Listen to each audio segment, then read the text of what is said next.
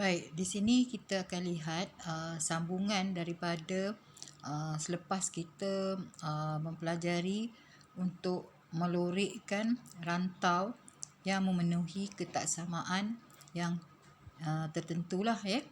Baik, di sini pula ialah satu lagi perkara yang kita kena tahu ialah bagaimana hendak menuliskan ketaksamaan berdasarkan daripada pernyataan yang diberikan. Ya. Jadi di sini untuk menuliskan ketaksamaan ni maksudnya daripada pernyataan yang diberikan kita akan menulis dalam bentuk simbol, dan simbol ini melibatkan pemboleh ubah dan juga ketaksamaan. Jadi ketaksamaan, bila sebut ketaksamaan, kita dah biasa dengan ketaksamaan ini ya, iaitu di mana adanya simbol yang menunjukkan lebih besar daripada, lebih besar atau sama, kecil atau kecil daripada, dan juga kecil ataupun sama. Ya, lebih kecil ataupun sama. Baik, jadi di sini kita akan lihat ya, di mana contohnya dalam jadual ini kita ada melibatkan dua kuantiti, iaitu ada X dan ada Y. Jadi kita akan buat perbandingan lah ya, antara tadi kuantiti X dan juga Y ni. Jadi di sini contohnya kita lihat, biasa kita lihat kalau kita tulis ketaksamaan, Y lebih besar daripada X, Y lebih besar atau sama daripada X. Ya, itu ayat yang kita selalu gunakan terus ya, kepada simbol yang kita lihat. Tapi di sini dia daripada segi perkataan yang digunakan itu, ya. Jadi di sini kalau kita lihat perkataan yang digunakan sebagai membuat perbandingan antara kuantiti Y dan X ialah seperti Y tidak lebih daripada X. Jadi tidak lebih daripada X, tapi maksudnya sama dengan X tu boleh ya.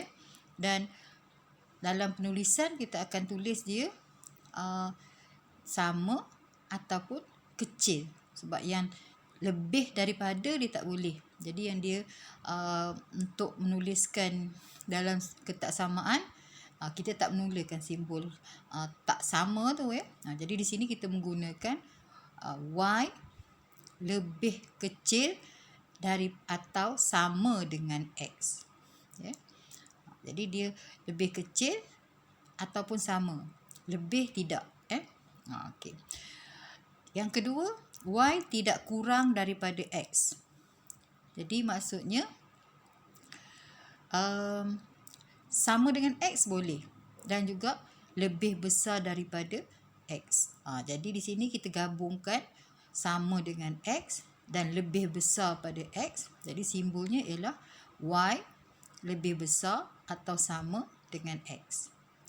Untuk Y adalah sekurang-kurangnya K kali X. Ya. K kali X ialah KX. Y adalah sekurang-kurangnya. Maknanya dia tu paling sikit pun adalah KX. Ya. Jadi maksudnya di situ Y lebih besar ataupun sama dengan KX. Okey, yang berikutnya Y adalah selebih-lebihnya K kali X. Maksudnya paling besar pun, paling banyak pun K kali X. Kalau tak tu dia mestilah kurang. Ya, jadi kita gunakan simbol Y kurang atau sama dengan KX. Kemudian nilai maksimum X ialah K. Maknanya nilai yang paling besar bagi X ialah K. Jadi di situ dia bersamaan dengan X lebih kecil atau sama dengan K. Paling besar nilai dia adalah K. Untuk yang berikutnya, nilai minimum X ialah K. Maksudnya ialah nilai yang paling kecil untuk X ialah K. Kalau tak tu dia mestilah X tu nilainya mestilah lebih besar. Ya, jadi X lebih besar atau sama dengan K. Paling kecil nilai dia ialah K. Okay, yang berikutnya Y melebihi X. Jadi yang lebih besar ialah Y. Ya, melebihi X. Maknanya X tu bilangan dia kecil daripada Y. Jadi sebab itu kita gunakan Y tolak X. Sekurang-kurangnya K. Maknanya paling sikit K.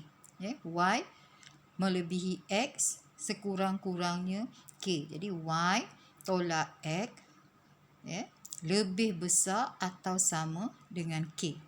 Ataupun kita boleh tuliskan Y lebih besar atau sama dengan X tambah K. Ya. Jadi kalau kita lihatlah contoh yang pertama ni, yang kedua ni, Y tidak kurang daripada X. Maksudnya di situ ialah kalau X tu nilainya adalah 3, maka Y yang boleh ialah 3, 4, 5, 6 dan seterusnya. Ya. Jadi itu menunjukkan Y ni tadi nilainya mestilah paling kecil pun kalau kat sini ialah nilai, kalau X tu 3, maka dia paling kecil dia Y tu juga 3. Dan kalau untuk nilai Y yang sah adalah untuk 3, 4 dan 5 ke atas. Okey, itu saja untuk penerangan kepada jadual ini. Jadi kita akan lihat penggunaan ketaksamaan ini untuk menuliskan simbol ketaksamaan dan untuk daripada penyataan-penyataan yang ada.